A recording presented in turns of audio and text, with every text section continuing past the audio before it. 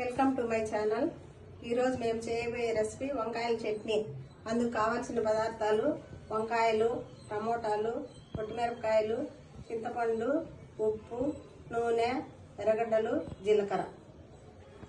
Stove వెలిగించి పొయ్యి మీద పెనం పెట్టి అందులో 1 స్పూన్ ఆయిల్ వేసి ఫస్ట్ పొట్టిమిరపకాయలు వేయించుకున్నాం.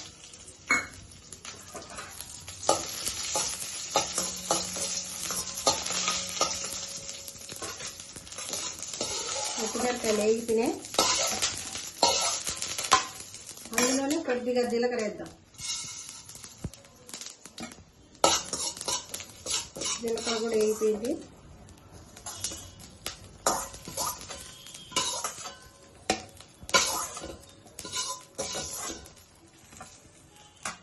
అందులో ఎర్రగడ్డలు వేద్దాం.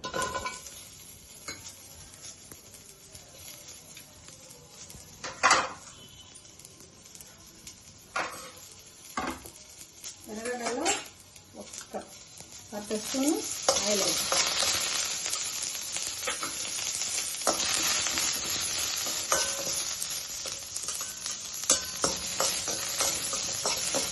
ఈ చట్నీలో కలుపుకోవడానికి ఊరికే అట్లా ఎక్కువ వేయవలసిన పనిగా ఊరికే చట్నీ అట్లా లైట్గా వేయించుకొని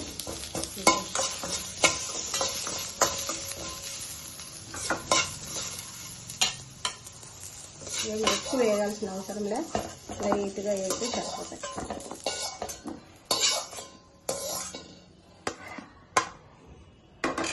వంకాయ ముక్కలు వేద్దాం.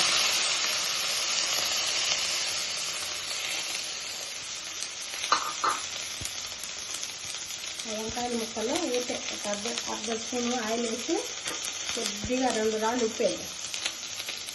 అవి నల్లగా పోకుండా ఉప్పులు బాగా వేగుతాయి, లేకుంటే బ్లాక్గా అయిపోతాయి. ఇప్పుడు కొంచెం వేస్తే కలర్ చేంజ్ కాకుండా అట్లనే ఉంటాయి. ఇవి బాగా వేగిన తర్వాత చూపిస్తా.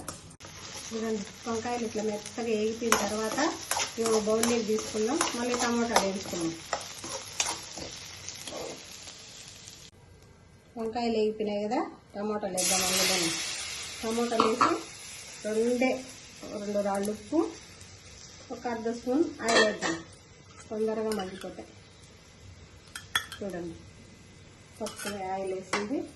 ఇవి బాగా కలబెట్టేసి కొంచెం మీడియంలో పెట్టి మూత పెడదాం, తొందరగా ఉడికిపోతాయి.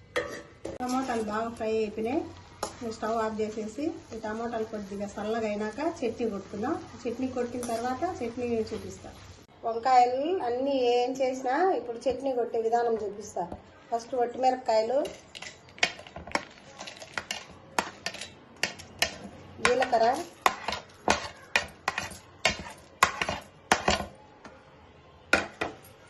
కొద్దిగా ఉప్పు, దానిలో వేసినాం. వంకాయల్లో కొంచెము, టమాటాల్లో కొంచెం, తగినంత ఉప్పు వేసుకుందాం. ఇప్పుడు ఒకసారి మిక్సీ తిప్పుకుందాం. కారం ఇట్లా కచ్చా పచ్చగా కొట్టుకొని కొద్దిగా తీసి పక్కన పెట్టుకుందాం. అది కారం ఎట్లుంటుందో మనకు తెలియదు కదా, మళ్ళీ అవసరమైతే వేసుకుందాం, దాంట్లో పక్కన పెట్టుకుంటే ఇంకో దానికి మనకు వస్తుంది. తర్వాత వంకాయలు వేద్దాం.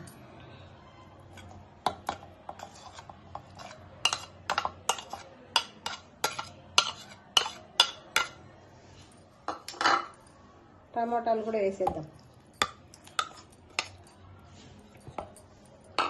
చింతపండు తగినంత కడిగి నానబెట్టి పెట్టుకున్నా. చూద్దాం, కొద్దిగా చూద్దాం, తక్కువ ఉంటే మళ్ళీ వేద్దాం. చట్నీ తయారైంది చూడండి. మిక్సీలో వేసి నున్న కొట్టకూడదు, ఊరికే కచ్చా పచ్చగా ఒకసారి అట్లా తిప్పడము, ఒకసారి అట్లా 3-4 సార్లు తిప్పితే మిక్సీలో ఇట్లా అయిపోతుంది. ఇది అందులో ఎర్రగడ్డలు కలుపుకున్నాం. మనం వేయించి పెట్టుకున్నాం కదా ఎర్రగడ్డలు. కొద్దిగా కారం తక్కువ ఉన్నట్టుంది, ఇది కూడా వేసేద్దాం. ఇదంతా బాగా మిక్స్ చేసేసి ఒక బౌల్లోకి తీసి చూపిస్తాం.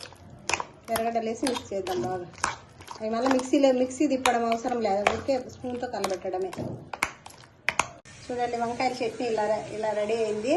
దీన్ని సంగట్లేకి కానీ, చపాతీలేకి, అన్నంలేకి, దోశలేకి, ఒక దాంట్లోకి కాదు అన్ని దాంట్లోకి యూజ్ చేసుకోవచ్చు. 3-4 రోజులు కూడా నిలువ ఉంటుంది. చేసుకొని పెట్టుకోండి. చాలా ఎంత బాగుంది చూడండి, చాలా బాగుంది. నెయ్యి వేసుకొని ఇంకా రాగి సంగటి, ఈ చట్నీ నెయ్యి భలే ఉంటుంది. ఇట్లానే చాలా రెసిపీస్ చూపిస్తూ ఉంటాము. మా ఛానల్ లైక్ చేయండి, సబ్స్క్రైబ్ చేసి మమ్మల్ని ఇలాగే ముందుకు నడిపించాలని కోరుకుంటున్నాము. Bye friends.